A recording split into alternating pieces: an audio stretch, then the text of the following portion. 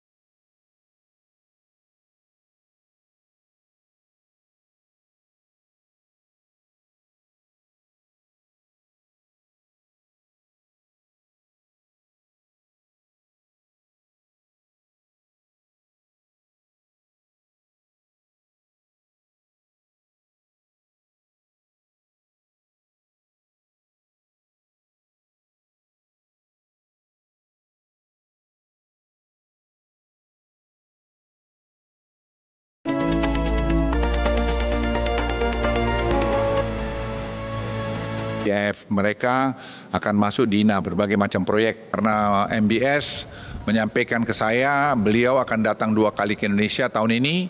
Pertama sebelum G20, dan itu berharap akan nanti bisa tanda tangani semua item proyek itu dengan pemerintah Indonesia.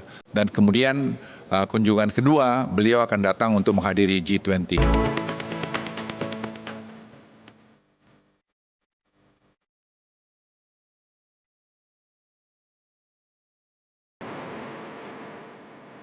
Pemirsa, pembangunan IKN Nusantara dimulai tahun ini hingga tahun 2045, tepat pada peringatan kemerdekaan Indonesia yang ke-100 tahun. Pemerintah telah merancang 5 tahapan pembangunan dengan total kebutuhan anggaran mencapai 466 triliun. Bagaimana cara mendapatkan uangnya? Ya, untuk membahas hal tersebut kita bergabung dengan Sidik Pramono, Ketua Tim Komunikasi IKN. Selamat pagi Pak Sidik, salam sehat Pak. Selamat pagi, salam sehat semuanya. Baik, Pak Sidik, Bappenas menyatakan pembangunan IKN butuh dana 110 triliun rupiah untuk tahap pertama ya. Nah, ini dari mana sumber dananya, Pak? Dan terdiri dari apa saja pembangunan pada tahap pertama ini? Ya, pertama tentu sebagaimana dinyatakan dalam undang-undang disepakati DPR, pemerintah dan DPD, pendanaan untuk pembangunan Ibu Kota Nusantara ini bisa bersumber dari APBN maupun sumber-sumber keuangan lain yang dimungkinkan oleh ketentuan perundang-undangan. Sinergi antara APBN dan juga sumber-sumber pendanaan lain yang sah tersebut berdasarkan ketentuan perundang-undangan tersebut diupayakan bisa mengurangi beban APBN tentu, dan karena itu perlu dioptimalkan berbagai skema pendanaan yang kreatif dan inovatif dengan tetap menjaga akuntabilitas. Ya, Pak Sidik, sumber-sumber lain yang sah dan sesuai dengan ketentuan regulasi, bisa didetailkan sumber lain yang sah yang dimaksud ini seperti apa? Siapa saja di dalamnya? Ya, pertama tentu sumber pendanaan yang bisa dilakukan adalah skema kerjasama antara pemerintah dengan badan usaha atau KPBU, Public Private Partnership, kemudian juga partisipasi dari badan usaha yang dimiliki oleh negara, termasuk diantaranya adalah BUMN dan swasta murni, dan juga skema dukungan pembiayaan dari lembaga internasional dengan skema kerjasama bilateral ataupun multilateral, dan juga skema-skema pendanaan lainnya, creative financing, seperti itu. Iya, soal investasi, Pak, ini juga menjadi penting ya. Sebelumnya perusahaan multinasional Jepang, SoftBank, yang awalnya akan investasi 100 miliar US dollar di IKN tiba-tiba mundur. Nah, apa alasannya? Ya, perlu kami sampaikan bahwa pemerintah tentu mengapresiasi adanya pihak-pihak yang menyatakan minatnya untuk berinvestasi di dalam program pembangunan Ibu Kota Nusantara ini. tentu kami sampaikan bahwa kerjasama ini kan suatu proses ya.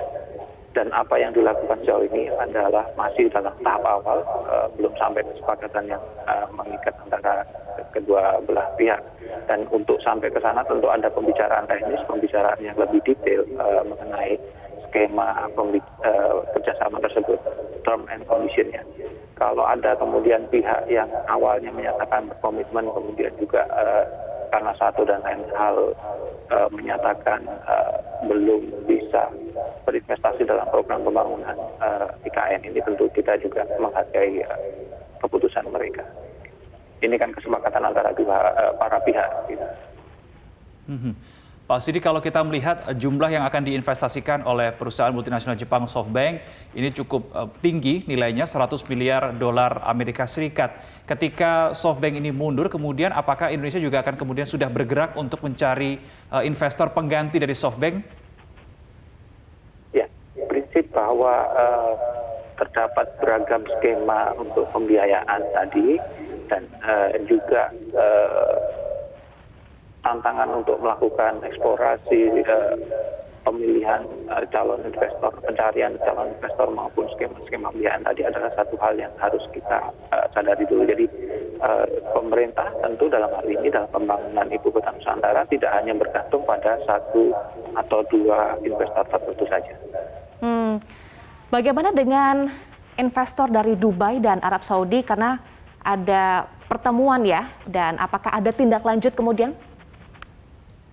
Tentu setelah pertemuan awal dengan calon investor yang menyatakan minat untuk berinvestasi dalam pembangunan Ibu Kota Nusantara, seperti saya sampaikan tadi, akan ada pembicaraan teknis lebih lanjut mengenai itu sampai kemudian ada kesepakatan antara para pihak terkait dukungan untuk investasi dalam pembangunan Ibu Kota Nusantara ini. Dan hal tersebut secara intensif akan terus dilakukan oleh pemerintah. Tentu Kementerian Koordinator Maritim dan Investasi, serta Kementerian Investasi, Kementerian Keuangan, Bappenas juga dan juga Otorita IKN nanti akan bersama-sama membahas itu. Pak Sidik, Kepala Bappenas Suharso Monoarfa menyatakan bahwa pendanaan pembangunan IKN ini salah satunya akan mengandalkan aset-aset negara. Nah, ini bagaimana skemanya, Pak Sidik? Dalam undang-undang yang dimuat di dalam lampiran 2 Undang-Undang Nomor 3 Tahun 2022 sudah dinyatakan mengenai skema-skema yang dimungkinkan untuk melakukan dalam hal pemanfaatan barang milik negara. Itu bisa berupa sewa, kerjasama pemanfaatan maupun model-model bangun guna serah atau bangun serah guna, itu dimungkinkan dalam peraturan perundangan. Dan sekali lagi skema-skema tersebut masih terus dieksplorasi, kemudian ditemukan partner atau mitra yang cocok dan bisa bekerja sama dalam hal tersebut. Tapi inti bahwa pemerintah melakukan upaya-upaya untuk mencari sumber pendanaan baik dari APBN maupun sumber-sumber lain yang dimungkinkan oleh ketentuan perundang-undangan itu menjadi salah satu pegangan ya, dalam hal pendanaan pembangunan IKN ini. Baik, singkat saja, kalau untuk porsi APBN, berapa hitung-hitungannya sekarang yang nanti akan digunakan untuk IKN Nusantara? Kalau untuk hitungan, tentu ini sesuatu yang harus kita matangkan sampai kemudian keluar angka yang pasti. Tapi ini kan kita harus melihat ini pembangunan berjalan sampai tahun 2045. Dan prinsip bahwa pemerintah berpegang untuk tidak memberatkan beban APBN dalam pembangunan IKN ini sesuatu yang terus menjadi pegangan kita.